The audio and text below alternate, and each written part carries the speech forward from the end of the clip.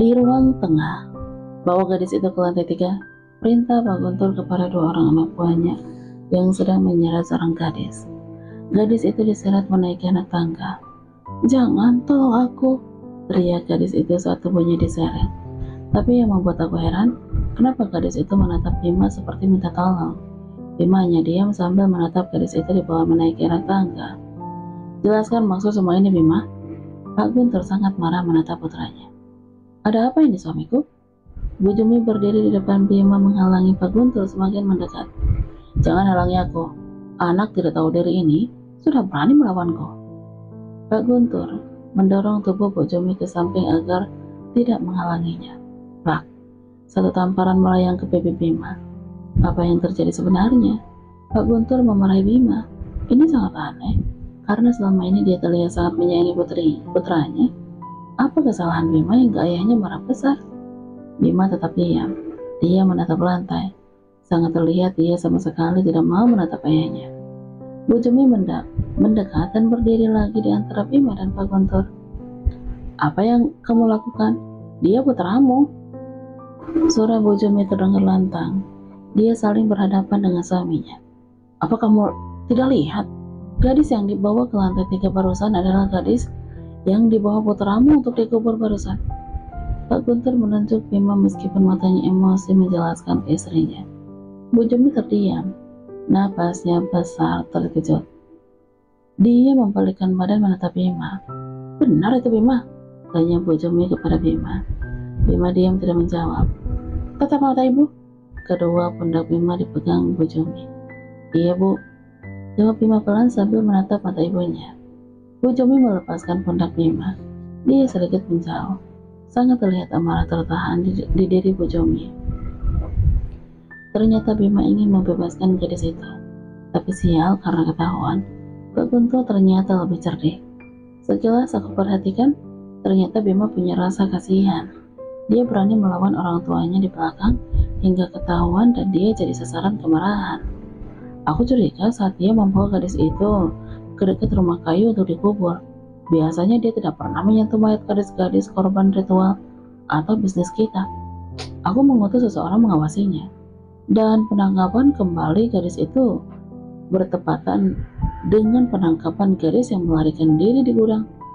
Pak Guntur bercerita meskipun matanya tetap tidak lepas dari Bima. "Kenapa kamu lakukan itu, Bima? Kenapa?" Bu Jumi berteriak ikut memarahi putranya. "Aku kasihan padanya, Bu," jawab Bima menatap ibunya. Pak Guntur dan Bu Jumi terdiam mendengar ucapan Bima. "Aku ingin hidup normal seperti keluarga lainnya. Yang kita lakukan ini salah. Mereka tidak bersalah," sambung Bima. Plak. Lagi-lagi Pak Guntur menampar Bima. "Ayah, kita sudah punya kebun teh dan yang luas. Kenapa kita mencari uang dengan jalan yang salah? Aku tidak sanggup melihat tangis kesakitan dari gadis-gadis itu." Bima belum berhenti bicara meskipun pipinya udah ditampar lagi. "Ambilkan aku cambuk kuda," teriak Pak Guntur kepada anak buahnya. Bu Jumi langsung mendekat dan berusaha melindungi putranya di balik punggung. "Tidak, jangan lakukan itu. Bima satu-satunya putra kita, suamiku. Minggir kamu." Pak Guntur mendorong lagi Bu Jumi ke samping hingga menjauh dari Bima. Setelah cambuk kuda di tangan Pak Guntur, dia langsung melayangkan cambuk itu ke tubuh Bima tanpa ampun. Teriakan kesakitan Bima saat dicambuk cambuk kuda terus mendarat ke tubuhnya berulang kali. Biar yang lain juga tahu, anakku saja bisa aku hukum kalau melakukan kesalahan, apalagi hanya orang yang aku bayar.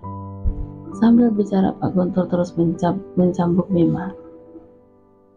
"Tolong hentikan suamiku." Bu Jumi memegang tangan Pak Guntur berusaha menghentikan. Rasanya aku tidak percaya.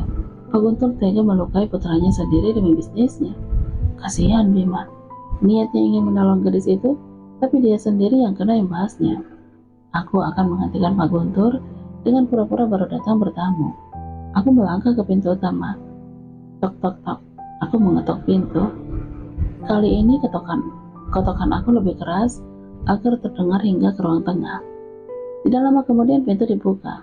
Pak Guntur berdiri di ambang pintu sambil menatapku tajam dari ujung kaki hingga ke ujung rambut. Pak Guntur berdiri di ambang pintu melihat aku dari ujung kaki sampai ujung rambut. Aku tetap melempar senyum sambil menyandang tas kecil dan menenteng kantong kresek dari keangka, serta memegang buku seperti anak kuliah. "Bimanya ada, Pak Guntur?" tanyaku. "Keke," namaku disebut, tapi bola matanya terus menatapku seperti takjub. Aku perhatikan tangan Pak Guntur masih memegang cambuk kuda. Aku tahu itu cambuk yang digunakan untuk mencambuk Bima barusan. Tidak terdengar suara Bu Jumi atau Bima di dalam, dan mereka pun tidak keluar menemuiku. Mustahil mereka tidak tahu aku yang datang, karena aku udah dari sini tadinya bertemu dengan Bu Jumi. "Bu Jumi ada, Pak Guntur?" Kali ini aku menanyakan Bu Jumi. "Ada di dalam, silakan masuk." Pak Guntur beranjak dari ambang pintu, lalu mengajakku masuk dan duduk di ruang tamu. "Apakah kamu suka dengan desa ini, Ki?" Pak Guntur membuka percakapan. Ia sama sekali tidak memanggil Bima atau Bu Jumi. Padahal aku menyebut dua nama itu bertanya. "Suka sekali, penduduknya baik-baik, seperti Pak Guntur dan Bu Jumi," jawabku. Pak Guntur tersenyum. "Aku suka jawabanmu. Aku berharap kamu tinggal di desa ini selamanya." Perkataan Pak Guntur penuh makna. Aku tahu maksudnya, tapi aku tetap pura-pura berpikir baik dan polos. Melihat bola matanya, rasanya ingin mencongkel dan mematahkan kaki tangannya. "Desa ini pantas mendapatkan kepala desa seperti Bapak. Aku yakin kemiskinan desa ini akan semakin berkurang karena Bapak." Aku sengaja menyanjung Pak Guntur itu. Dia tertawa kecil mendengar pujianku. Dari raut wajahnya terlihat senang dan sangat tersanjung. Sesekali matanya melirik ke arah bibir, leher, dan dadaku. Walaupun aku berpakaian tidak seksi seperti kaos oblong yang tidak mencetak badan, matanya mungkin berimajinasi menatapku. "Oh ya, Bima sedang sakit. Dia terbaring di kamarnya," ucap Pak Guntur sambil mengeluarkan rokok dari saku kemejanya, lalu menyalakan rokok serta menghisapnya. Pak Guntur mengatakan Bima sedang sakit. Raut wajahnya tidak sedih. Dia santai menikmati hembusan asap rokok di selat jarinya. "Boleh aku lihat Bima, kan, Pak? Tapi kalau tidak bisa diganggu juga tidak apa-apa. Aku balik aja deh." Aku langsung berdiri ingin pergi. "Tunggu, sebentar, aku panggil istriku dulu." Setelah berkata, Pak Guntur berlalu ke dalam. Aku duduk manis menunggu sambil berpikir apa yang akan aku lakukan selanjutnya. Dan tidak lama kemudian Bu Jumi muncul dan duduk di sampingku. Aku lihat matanya sembab seperti habis menangis. Meskipun dia memoles wajahnya dengan bedak, tetap saja terlihat kesedihan di matanya. Aku tahu itu karena Bima. "Keke," sapa Bu Jumi berusaha tersenyum. "Bima sakit, Tante?" tanya aku memasang wajah khawatir. "Iya, tadi dia terjatuh dari berkuda. Sekarang ada di kamarnya," jawab Bu Jumi. Aku tahu itu bohong. "Terus gimana keadaan Kak Bima sekarang, Tante? Aku boleh bertemu Kak Bima?" "Tenang, Bima baik-baik aja. Dia butuh istirahat. Ayo, aku antar ke kamar Bima." Bu Jumi langsung bangkit dari duduknya mengajakku ke kamar Bima. "Tunggu, Tante, ini ada titipan dari Kak Angga." Aku menyodorkan kantong kresek pesanan dari Kak Angga.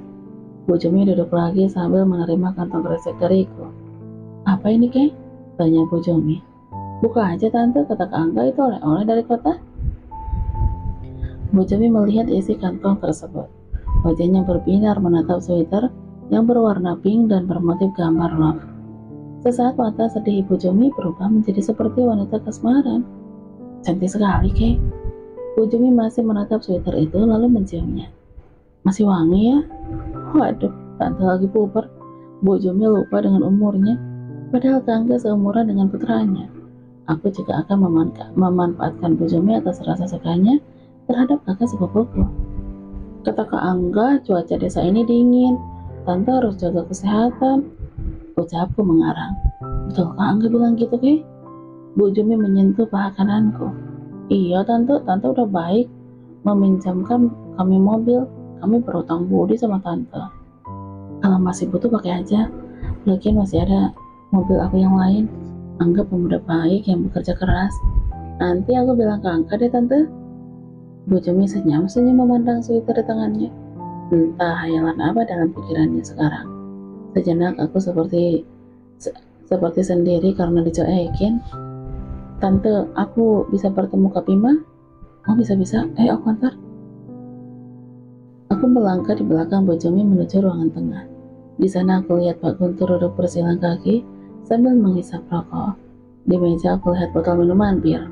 Melihat aku berlalu di hadapannya, dia terus menatapku hingga aku menaiki anak tangga menuju lantai 2. Ayo masuk, Bu Jumi membuka pintu kamar Bima. Kami melangkah masuk. Di dalam kamar aku lihat Bima terbaring di tempat tidur. Badannya tertutup selimut hingga luka cambukan tidak terlihat. Aku tahu mereka berusaha menyembunyikan yang terjadi. Entah kenapa, kali ini aku merasa kasihan ke Bima. Dia ingin menolong, tapi dia yang kena imbasnya. Ke Bima, sapa aku mendekat. Oke. Bima berusaha tersenyum menyambutku. Aku tahu dia menahan sakit.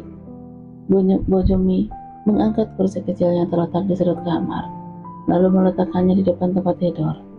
Duduklah, Kay, ucap Bojomi. Terima kasih, Tante. Aku duduk di kursi tersebut. Tante, ke bawah dulu ya, Kay. Bojomi menyentuh pundaku pelan. Iya, Tante, jawabku. Bojomi keluar kamar dan menutup pintu dari luar. Kak Bima sakit apa? Aku menatap Bima. Hanya demam biasa, jawab Bima. Loh, kata Tante Jumi, Kak Bima terjatuh dari kuda. Iya, setelah terjatuh aku mendadak demam. Bima berusaha mencari alasan. Bima mengulurkan tangannya untuk menggenggam tanganku. Ingin menghindar tidak bisa, aku harus acting profesional. Oke, kalau aku bukan lelaki yang baik, apakah kamu masih ingin menikah denganku? Mendadak drama, aku paling tidak suka kalau begini. Kenapa Kak Bima menanyakan itu? Kak Bima laki-laki yang baik di mataku. Seadanya aja, Kay.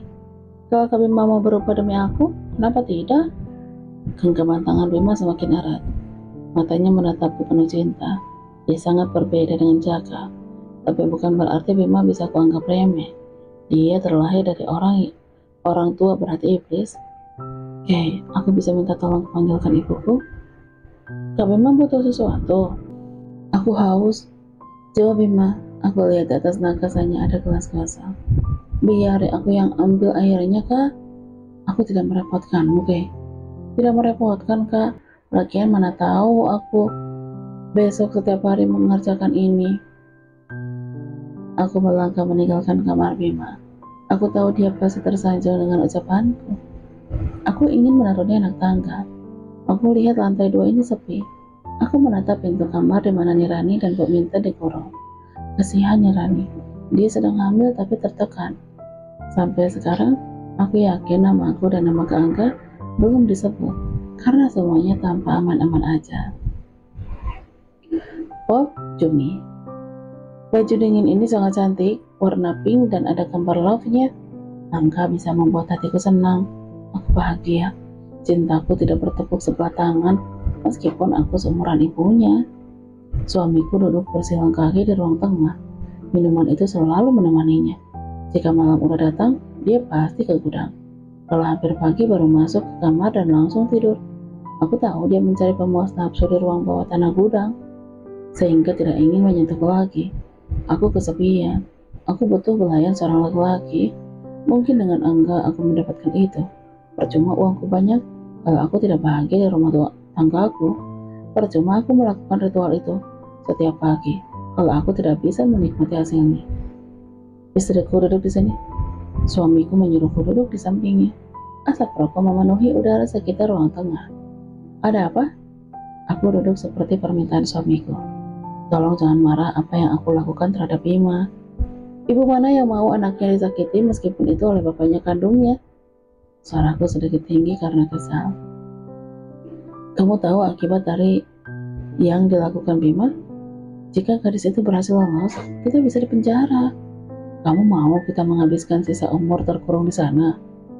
Bima putra kita satu-satunya sekarang. Aku tidak mau kehilangan Bima seperti kehilangan Jaka. Kamu udah keterlaluan menghukum putra kita, suamiku.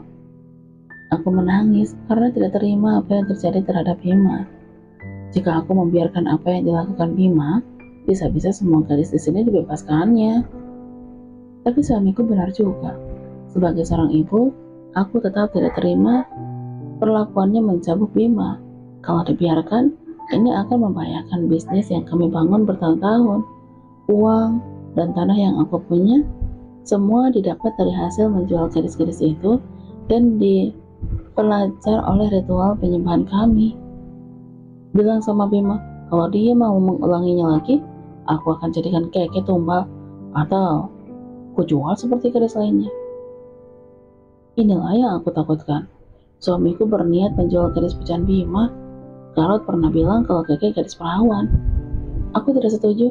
Keke gadis yang dicintai Bima. Sanggahku lalu bangkit berdiri. Aku hanya mengancamnya, istriku. Aku tahu itu bukan bentuk ancaman saja. Keke gadis perawan cantik yang pasti mahal kalau dijual. Darahnya juga dibutuhkan untuk ritual kami. Keke akan menjadi menantu kita. Dia gadis yang akan memberikan kita keturunan. Aku berusaha mengingatkan suamiku. Lagian Keke adik dari Angka. Bima bisa menghamili wanita manapun seperti Jaka. Jangan khawatir masalah itu. Aku tidak akan membiarkan ini terjadi. Perasaan Bima juga hal yang paling penting bagiku. Bagaimanapun juga, akulah yang melahirkan Bima. Jika bisnis ini membuat aku kehilangan putraku lagi, aku lebih baik kehilangan bisnis ini. Setelah berucap, aku meninggalkan suamiku menuju ke kamar. Aku tahu, suami aku tidak menyukai pendapat aku itu.